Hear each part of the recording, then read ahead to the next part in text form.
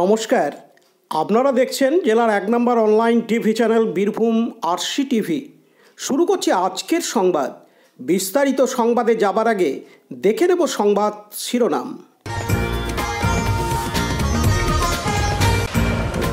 গণতন্ত্র হত্যা দিবসে বিজেপির থানায় ডেপুটেশন খয়রাশোলে।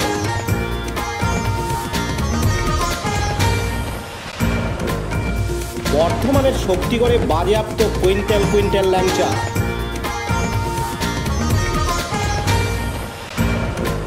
ছাত্র হত্যার প্রতিবাদে শান্তি ফেরাতে বিশ্বভারতীর পড়ুয়াদের মিছিল। শহীদ দিবসে রক্তদান শিবির সিউড়ির হোসনাবাদে।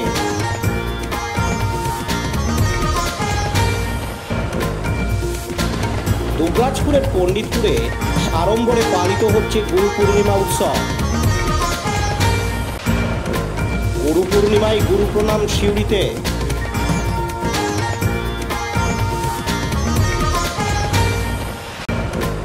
শনি মন্দিরের প্রতিষ্ঠা দিবস মুরারোয়ে।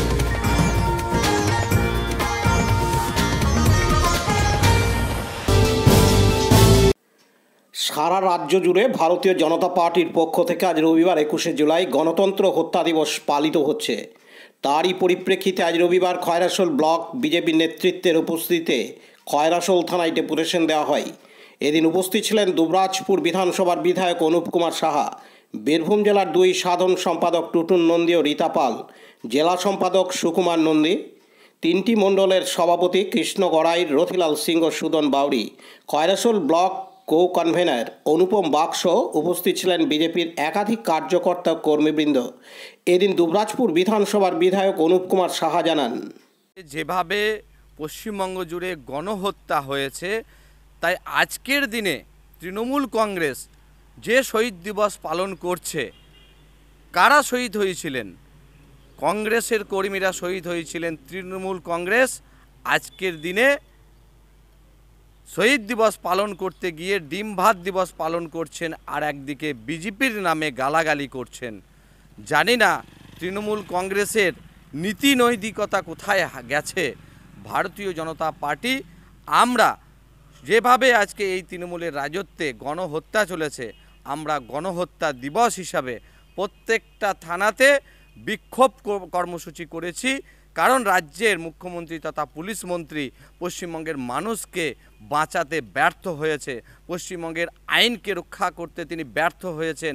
পশ্চিমবঙ্গে আইনের শাসন ধ্বংস করে শাসকের আইনকে প্রতিষ্ঠা করেছেন, তৃণমূলী শাসনকে প্রতিষ্ঠা করেছেন, যেখানে সাধারণ মানুষ থেকে প্রশাসনের সমস্ত নেতৃত্বরাও আজকে এর রাজত্বে সুরক্ষিত নয়, জীবন জীবিকা সুরক্ষিত নয়।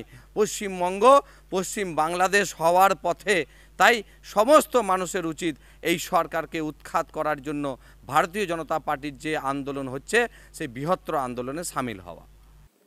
বিপিন পালের report, Birbhum RC TV, Khoyrasol. এখন বিজ্ঞাপন বিরতি, ফিরে আসছি বিরতির পর। সব থেকে ভালো চিকিৎসা, সবচেয়ে কম খরচে, সবচেয়ে কম খরচে। সব থেকে ভালো চিকিৎসা, সবচেয়ে কম খরচে, সবচেয়ে কম খরচে। বিশ্বমানের স্বাস্থ্য পরিষেবা মিলবে দিনে রাতে, বিশ্বমানের স্বাস্থ্য পরিষেবা মিলবে দিনে রাতে। মণি মহেশ হসপিটাল, মণি মহেশ হসপিটাল, মণি মহেশ হসপিটাল, মণি মহেশ হসপিটাল। মণি মহেশ হসপিটাল, দুবরাজপুর, বীরভূম।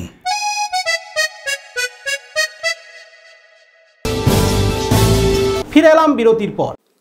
বর্ধমানের শক্তিগড়ে বাজেয়াপ্ত কুইন্টাল কুইন্টাল ল্যাংচা। বাসি ল্যাংচা বিক্রির চেষ্টার অভিযোগে বাজেয়াপ্ত। শক্তিগড়ে পরপর ল্যাংচার দোকানে অভিযান ডিইবিকে সঙ্গে নিয়ে জেলা স্বাস্থ্য দপ্তরের। বাজেয়াপ্ত ৩ কুইন্টাল বাসি ল্যাংচা। শক্তিগড়ে ১৯ নম্বর জাতীয় সড়কের ধারে ল্যাংচা তুলে নিয়ে গিয়ে জেসিপি দিয়ে মাটিতে পুঁতে ফেলা হয়। মূলত গোডাউনে বস্তা বস্তা ফাঙ্গাস ভরা আধকাঁচা ল্যাংচা রয়েছে। এই খবর পেয়ে বর্ধমানের শক্তিগড়ে ফের হানা প্রশাসনিক আধিকারিকদের। জেসিবি নিয়ে এসে মাটি খুঁড়ে মাটিতে পুঁতে নষ্ট করা হয় খাবারের অযোগ্য ল্যাংচা। 21শে জুলাইয়ের আগে বৃহস্পতিবার 18ই জুলাইয়ের পর ফের গতকাল শনিবার 20শে জুলাই বর্ধমানের বিখ্যাত শক্তিগড়ের ল্যাংচা দোকানগুলিতে হানা দেয় স্বাস্থ্য দপ্তর, জেলা পুলিশ, ক্রেতা সুরক্ষা দপ্তর ও লিগ্যাল মেট্রোলজি দপ্তর। এদিন অভিযানের নেতৃত্ব দেন জেলার উপমুখ্য স্বাস্থ্য আধিকারিক ডাক্তার সুবর্ণ গোস্বামী ও deputy police super DB S Chatterjee. এদিন এই হানাদারিতে দেখেন অধিকাংশ দোকানের রান্নাঘর অস্বাস্থ্যকর, অধিকাংশ দোকানের মিষ্টির কড়ায় ঢাকনা নেই, কারিগরদের কোনো স্বাস্থ্য পরীক্ষা হয় না, নেই সামান্য পরিচ্ছন্নতা বজায়ও, কোথাও বিষাক্ত রং মেশানো হচ্ছে মিষ্টিতে। জানা যায় 7 জন দোকানদারের বিরুদ্ধে আইনি নোটিশ ধরানো হয়েছে, কয়েকজনের বিরুদ্ধে শক্তিগড় থানায় ডায়েরি করা হয়েছে, অসাধু দোকানদারদের বিরুদ্ধে মামলা রুজু করা হয়েছে। তাদের প্রত্যেককেই 10 লক্ষ টাকা অবধি জরিমানা ও 7 বছর পর্যন্ত হাজতবাস বা উভয় হতে পারে। ক্রেতাদের শক্তিগড়ের ল্যাংচা কেনার আগে যথেষ্ট সতর্ক থাকার পরামর্শ দেন স্বাস্থ্য দপ্তর। কাজী আমিরুল ইসলামের report, Birbhum RC TV, Shaktigarh. এখন বিজ্ঞাপন বিরতি, ফিরে আসছি বিরতির পর। RCS Network, high-speed internet, broadband, cable TV and landline service provider, Dubrajpur, Birbhum.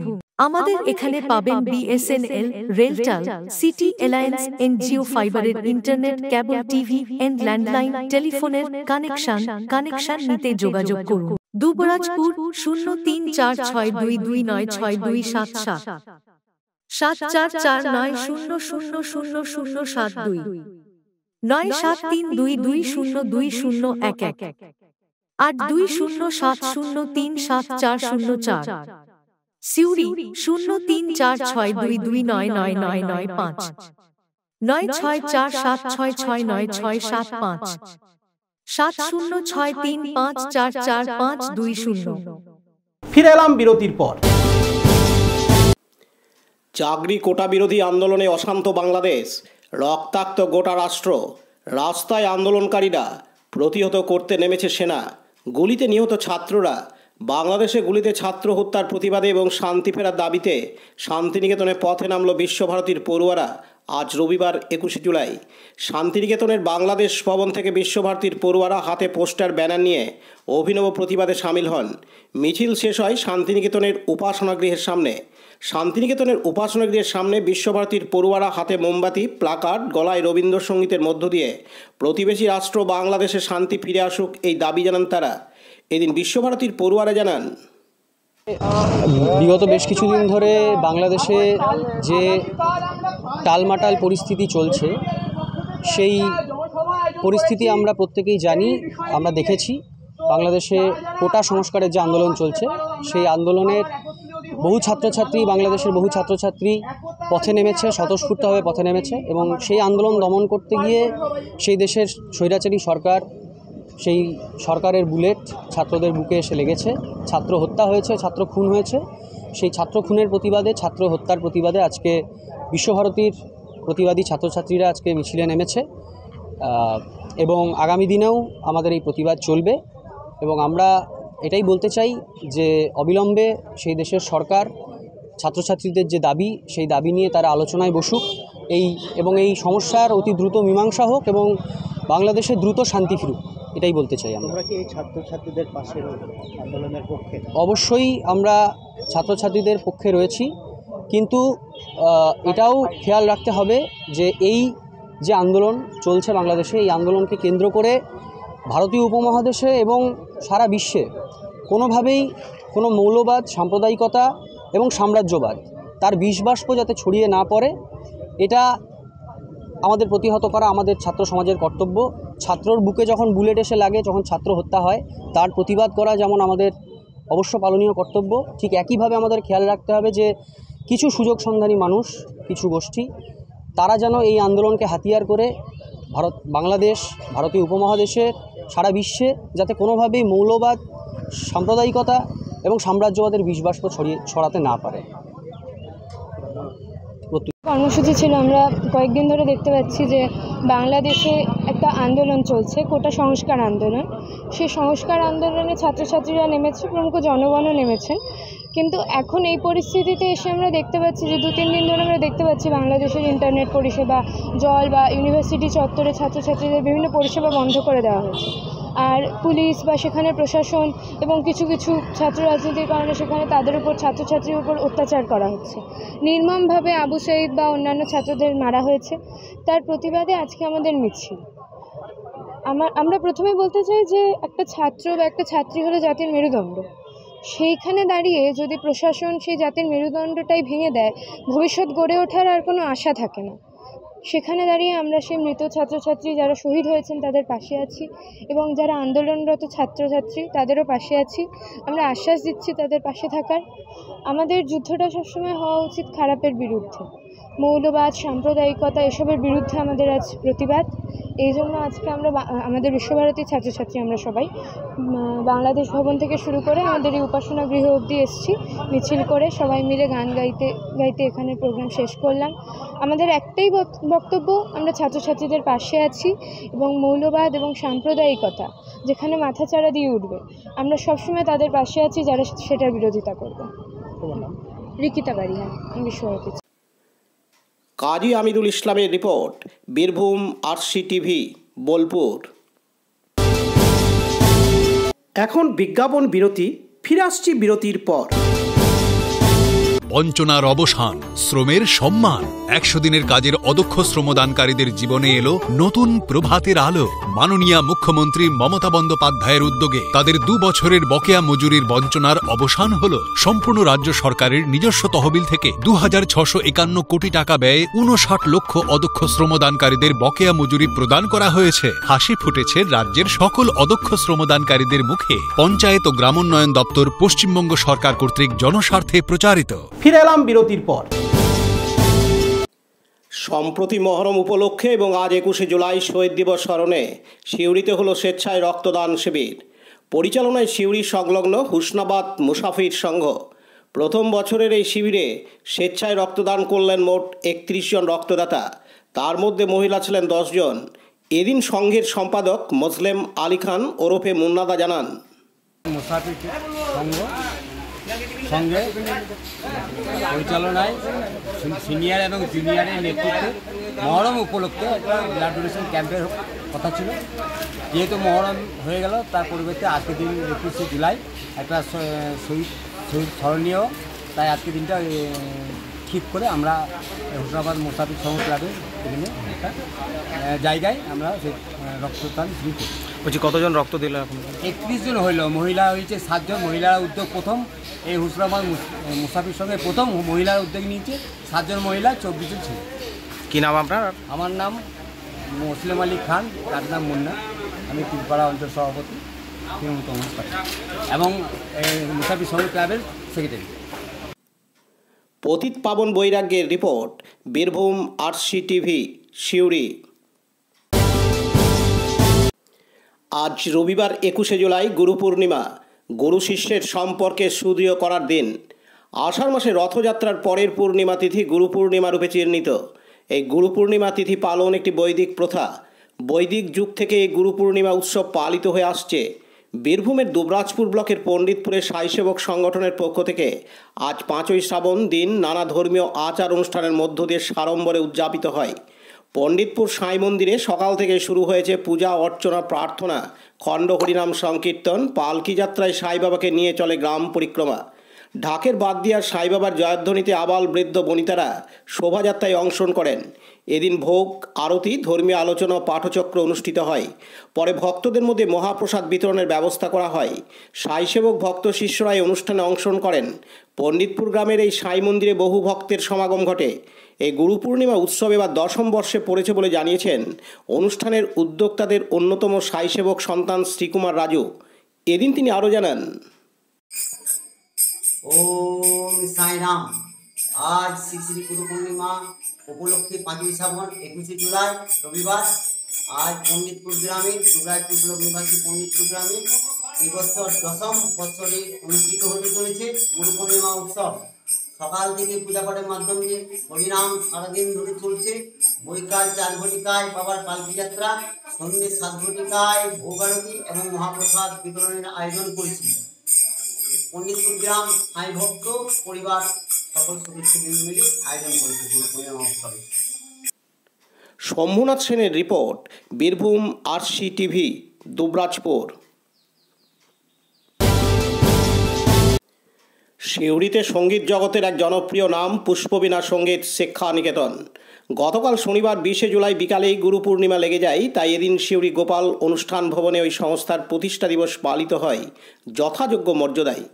এদিন তার শিক্ষার্থীরা গানের মাধ্যমে শ্রদ্ধা জ্ঞাপন করে। তাছাড়া আন্তর্জাতিক খ্যাত গীতিকার ও সুরকার জনাব মনিরুদ্দিন আহমেদকে ও সদ্য অবসরপ্রাপ্ত অধ্যক্ষ ডক্টর পার্থসারথী মুখোপাধ্যায় সহ নাচ, গান, বাজনার বিখ্যাত শিল্পীদের ও সাংবাদিকদেরও সংবর্ধনা দেওয়া হয়।